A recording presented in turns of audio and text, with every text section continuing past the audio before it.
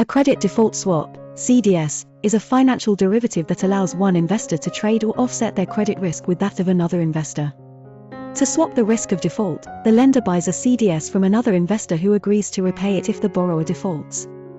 Broadly speaking, credit risk is the possibility of a loss resulting from a borrower's inability to repay a loan or meet contractual obligations. In CDS, the lender who buys a CDS is usually the holder of bonds in its portfolio. In the event that the bond was to default, the CDS buyer would lose the entire amount he invested. To guard against this credit risk, the buyer of CDS will transfer the risk to another investor, who agrees to pay it in case the issuer of the debt defaults. The first CDS were developed in the 1990s by financial institutions such as JP Morgan and Bankers Trust as a means of managing credit risk. The American oil tanker Exxon Valdez collapsed in 1989 on the coast of Alaska and caused a major oil spill. In 1994, JP Morgan granted a $4.8 billion line of credit to the U.S. oil company Exxon because of the risks associated with the oil spill. Such a credit line could not be 100% owned without significantly altering JP Morgan's balance sheet and increasing its refinancing cost. A team of bankers led by Blythe Masters worked on a way to transfer some of the risk of this credit line by creating a specific financial credit product that it sold on the market through the structured derivative trader Terry Duhon. JP Morgan began to standardize these products, which became known as Who is Blythe Masters?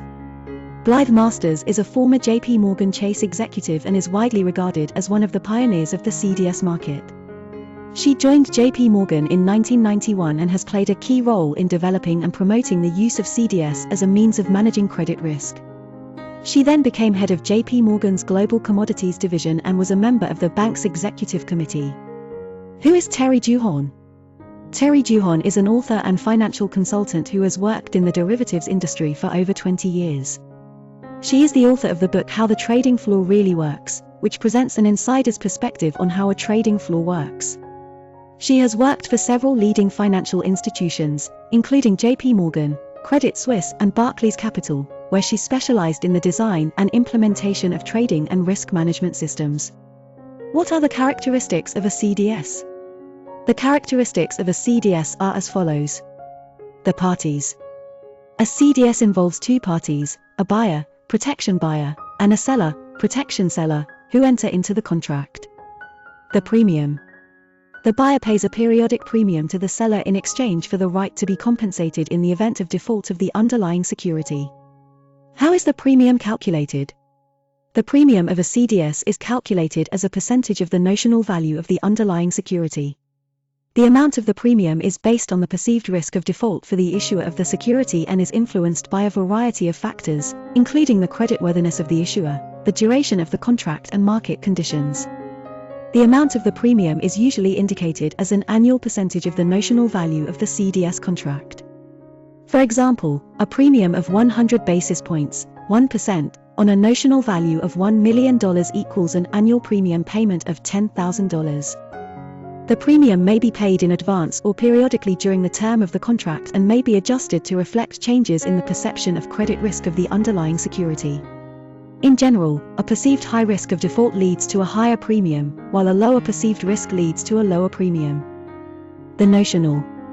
The notional value of the CDS represents the value of the underlying security that is insured against default. Triggering event. The CDS contract specifies the events that would trigger a payment, such as a default on the underlying security or a debt restructuring. Settlement in case of default. The settlement of a CDS can be settled in cash, physically or by a combination of both, depending on the terms of the contract. Counterparty risk. CDS contracts are subject to counterparty risk, which is the risk that the seller of the protection defaults and is unable to pay in the event of a triggering event. A central counterparty, CCP, is an entity that acts as an intermediary in financial transactions, becoming the buyer for each seller and the seller for each buyer. In the CDS context, a CCP can act as a central clearinghouse, thereby helping to reduce counterparty risk and improve market transparency. When a CDS is traded through a CCP, the counterparty risk associated with the transaction is transferred from the original two parties to the CCP. This means that if one of the parties defaults on the CDS, the CCP is responsible for ensuring that the other party receives the protection due to it. By assuming the counterparty risk associated with CDS transactions, CCPs can help reduce the risk of systemic failure of the financial system and improve the overall stability of the CDS market. The stakeholders of a CDS. What is a CDS protection buyer? A CDS protection buyer is an investor who protects against losses resulting from the default of a bond or other debt instrument. The buyer pays a periodic premium to the seller and receives payment if the underlying obligation defaults. When does a protection buyer enter a CDS? A protection buyer typically enters into a CDS when they are concerned about the creditworthiness of a particular bond or debt security. The buyer enters into the swap to hedge against potential losses that could arise if the underlying bond or debt instrument defaults. The buyer pays a periodic commission to the seller, which is intended to cover potential losses that may occur. If the underlying bond or debt obligation defaults, the buyer will receive a payment from the seller equal to the amount of the underlying debt. What is a CDS protection seller? A CDS protection seller is a financial institution, such as a bank, that offers protection against the risk of default of a particular loan or bond. The protection seller receives a premium in exchange for the guarantee that in the event of default by the debtor, he will pay the full or partial amount of the loan or obligation. What is the CDS protection seller's motivation? The motivation of a CDS protection seller is to make a profit on the premiums paid by the buyer in exchange for assuming the default risk of a particular credit instrument. The seller believes that the credit instrument will not default and is willing to assume the risk in exchange for paying premiums. However, if the credit instrument fails, the protection seller will be responsible for paying the buyer the agreed amount of protection, which could result in a loss to the seller. Single name CDS. A single name CDS is a derivative whose underlying instrument is a bond or reference obligation of a particular issuer or reference entity. A reference obligation. A reference obligation is a specially designated debt instrument on which a credit derivative, such as a CDS, is based and which is issued by the reference entity. It does not represent all forms of debt issued by the entity, but only a specific obligation. Often, this obligation is the actual debt instrument that the credit derivative was created to hedge. A reference entity. A reference entity is the issuer of the debt underlying a credit derivative. The reference entity is the organization that issued the reference asset, bond or other debt-backed security, which, in turn, is the subject of a credit derivative. It can be a corporation, government, or other legal entity that issues debts of any kind. In many cases, the credit derivative that designates a reference entity is a CDS. A credit event. A credit event is a sudden, tangible, negative, changes in a borrower's ability to meet its payment obligations, which triggers settlement under a CDS. Therefore, CDS are structured in such a way that if the reference entity experiences a credit event, the buyer of protection receives a payment from the seller of protection. How does unwind for a credit default swap work? Unwinding a CDS consists of terminating the contract before its expiry date. This can happen if the buyer of the CDS no longer wants or needs the protection it offers, or if the credit event against which the CDS was designed has occurred. To unwind the CDS, the buyer and seller enter into a new transaction that effectively cancels the original transaction. The terms of unwinding will depend on the terms of the original CDS contract, as well as market conditions at the time of unwinding. In most cases, the buyer will pay a fee to the seller to unwind the CDS, and both parties will return to their pre-transaction positions with respect to the underlying credit risk. What type of unwinding is there for a CDS? There are generally 4 types of outcomes for a CDS. 1. Early termination. 2. Novation. 3. Offsetting. 4. CCP unwind. What is early termination? In the context of a credit default swap, CDS, early termination refers to the unwinding of the swap before its scheduled expiry date, usually as a result of a credit event, such as the default of the reference entity. If a credit event occurs, the protection buyer, is entitled to receive payment from the protection seller, in exchange for delivery of the defaulting reference asset. In most cases, the CDS contract will specify a fixed recovery rate, which is the percentage of the face value of the reference asset that the protection purchaser will receive. Once the credit event has occurred, either party to the CDS may request early termination of the agreement. If both parties agree to terminate the CDS early, the protection buyer will deliver the defaulting reference asset to the protection seller in exchange for the agreed payment. The CDS contract will then be considered terminated, and the obligations of the parties under the contract will be fulfilled. In some cases, early termination may be triggered by other factors, such as a change in the creditworthiness of the reference entity. The specific terms governing early termination will be set forth in the CDS agreement and may vary depending on the particular terms of the agreement and the type of credit event that occurred. What is a novation? A novation is a legal agreement between three parties to transfer an existing contract to a new party, effectively replacing the original contract with a new contract between the new parties. In the context of financial markets, novation is often used in situations where one party wishes to transfer its rights and obligations under a contract to another party, usually for financial or operational reasons.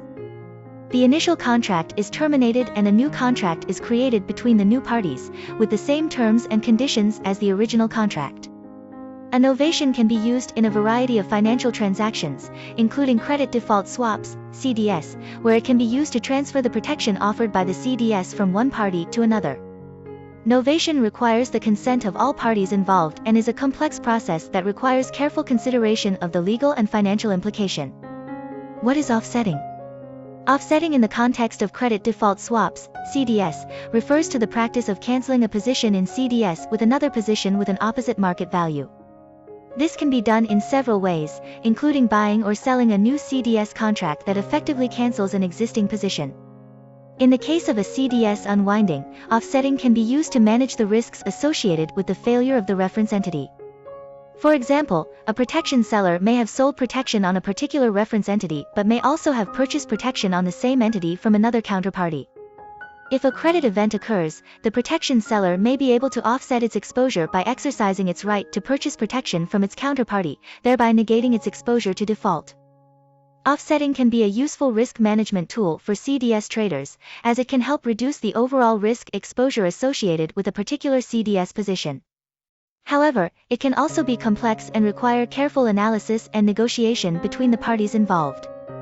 The specific terms governing offsetting will be set out in the CDS contract and may vary depending on the particular terms of the contract and the type of credit event that occurred. How does unwind work with a central counterparty? Unwinding with a central counterparty, CCP, is a process by which a counterparty to a transaction can exit the transaction and cancel the effects of the original transaction. This typically occurs when the counterparty wishes to terminate its exposure to credit risk associated with the transaction. In the case of a credit default swap, CDS, for example, the settlement process involves the counterparty selling its protection to another party or to the market. When a CDS is cleared by a CCP, the settlement process is usually managed by the CCP itself, as it acts as the clearing CCP in the transaction.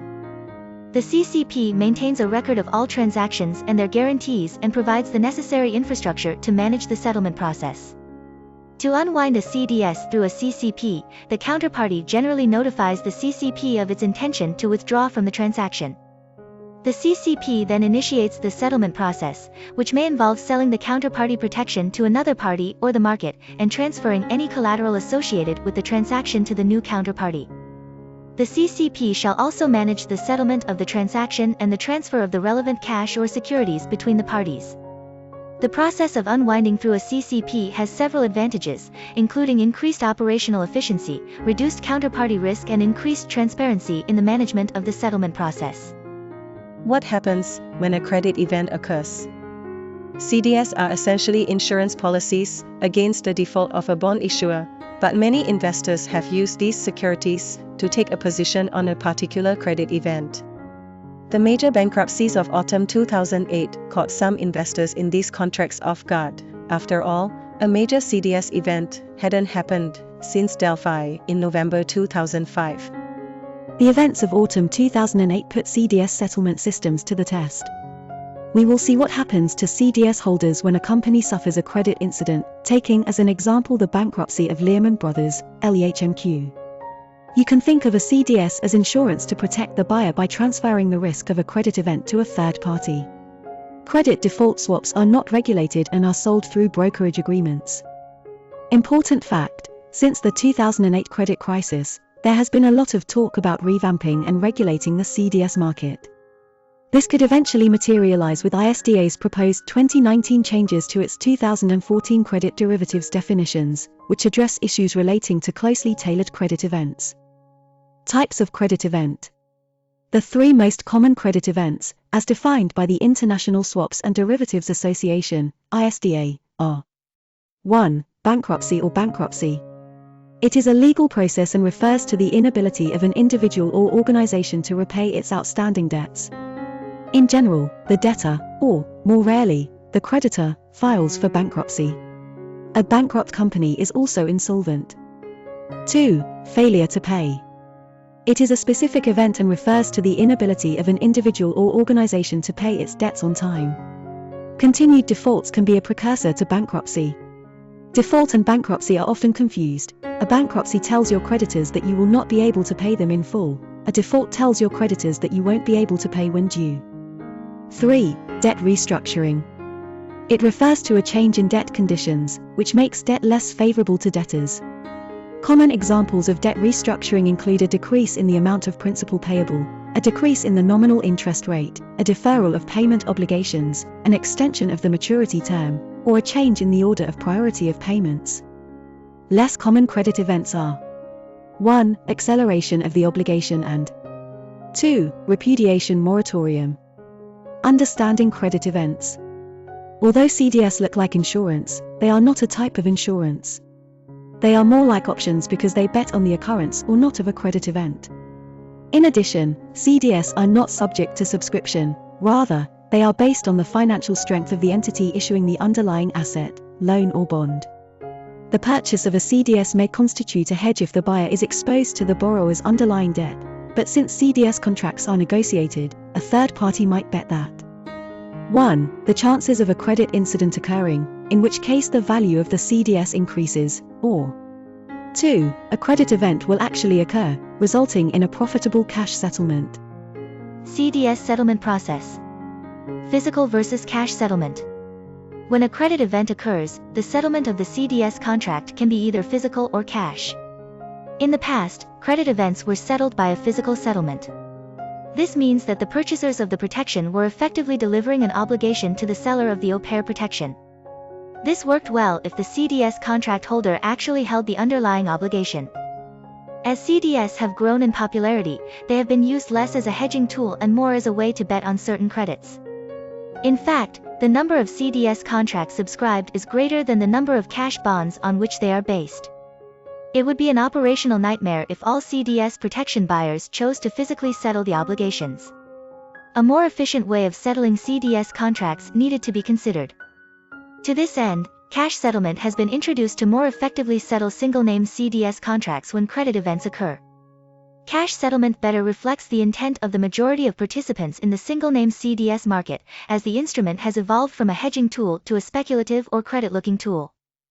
Evolution of the CDS settlement process. As CDS have become a credit trading tool, so has the default resolution process. The volume of CDS contracts subscribed is much larger than the number of physical obligations. In this environment, cash settlement is superior to physical settlement. In an effort to make cash settlement even more transparent, the credit event auction has been developed. Credit event auctions set a price for all market participants who choose cash settlement. The credit event auction under the International Swaps and Derivatives Association, ISDA, global protocol was launched in 2005. When protection buyers and sellers apply to adhere to a particular bankrupt entity's protocol, they formally agree to settle their credit derivatives contracts through the auction process. To participate, they must submit an ISDA membership letter by email. The credit event auction. Protection buyers and sellers participating in the credit event auction have the choice between a cash settlement and what is effectively a physical settlement. Physical settlement in the bidding process means that you settle your net purchase or sale of the position, not each contract.